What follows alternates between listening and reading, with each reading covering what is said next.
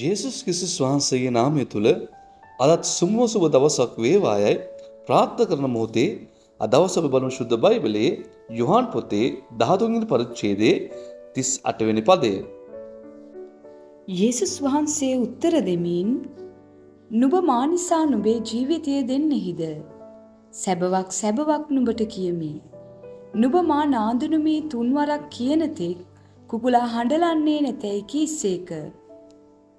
සෙනෙහවන්ත සහෝදර සහෝදරිය, යේසුස් වහන්සේගේ මරණයට පැය කිහිපකට පෙර ප්‍රේතස්තුමා නිර්භීතව යේසුස් වහන්සේ කෙරෙහි ඇති පක්ෂපාතීත්වය නිසා ඔබ නිසා මාගේ ජීවිතය දෙමි යයි පවසනු ලබනවා. හැබැයි එම මොහොතේම ප්‍රේතස් ගැන ඔව් දන්නවට වඩා ප්‍රේතස් ගැන දැන සිටි යේසුස් වහන්සේ යොහාන් පොතේ 13 වෙනි පරිච්ඡේදයේ 35 වෙනි පදයේ නුඹ මා නාදුරුමි තුන්වරක් කියන තෙක් කුකුලා නොහඬන බව ප්‍රකාශ කරනු ලබනවා. යේසුස් වහන්සේ පැවසූ ආකාරයටම ප්‍රේතස් විසින් තුන්වරක්ම යේසුස් වහන්සේ නොහඳුනවයයි ප්‍රකාශ කරනු ලබනවා. සෙනෙහවන්තය, එදා ප්‍රේතස් මෙන්ම ඔබත් මාත් යේසුස් වහන්සේව පාවා දුන් ලබන තත්ත්වයන්ට කොතෙක් දෝ පත්වන අවස්ථා එමටයි. සමහර විට තම ළමයාව පාසල දැමීම උදෙසා, තම රැකියාවේ උසස් වීම උදෙසා, තමන් ගන්නා කුලී නිවස සඳහා විවිධාකාරයෙන් අපි යේසුස් වහන්සේගේ නාමය සඳහන් නොකළත් කිතුනුකම අපි පාවා දෙනු ලබනවා. අපි වචනයෙන් යේසුස් වහන්සේ උදෙසා මැරෙන්න උනොත් කතා කළාට අපේ ක්‍රියාවන් ගත්තම අපි කිතුනෝයයි ප්‍රකාශ කිරීම කෙසේ වෙතත් ආයුධ පත්‍රක ඒ බව ලිවීමට පවා අකමැති වෙනවා. ඇත්තටම උන්වහන්සේ අපෙන් බලාපොරොත්තු වෙන්නේ මේ ධෛර්යයද?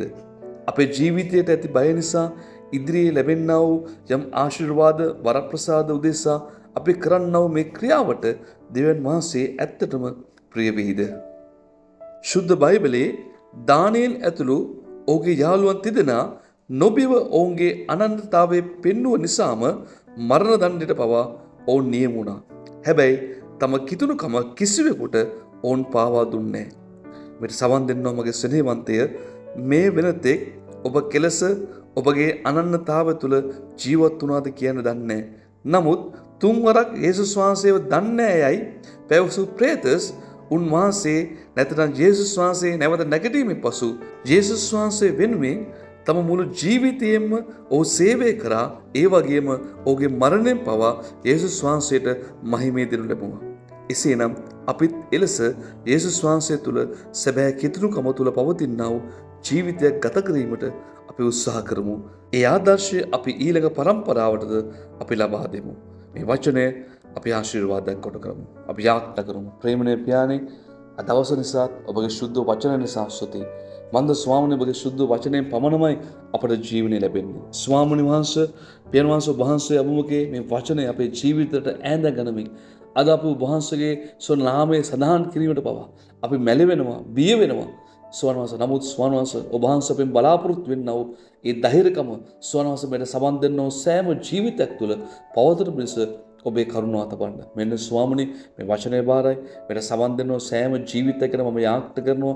ඔවුන් මෙට සමන් දෙන මොහොතේදී ඔවුන්ගේ ජීවිතේ යම් කාරණාවක් උදෙසා ඔවුන් ස්වාමීන් වහන්සේ පොරබඳිනවාද, ස්වාමීනි කණක් සල්ලෙන් කැළඹීමෙන් ඉන්නවාද, ස්වාමීනි ඒ සියල්ල ඔබ වහන්සේ දැක ඔවුන්ගේ ජීවිතයට ඔබගේ සමාදානයේ හස්තය, සමාදානයේ ආශිර්වාදය ඔවුන්ගේ ජීවිත තුළ නිදහස් කළමනවා. දැන් සියල්ල ඔබගේ ලියට බාර කරනවා, කැප කරනවා. යේසුස් ක්‍රිස්තුස් වහන්සේගේ මුතුම නාමයෙන්. ආමේන්.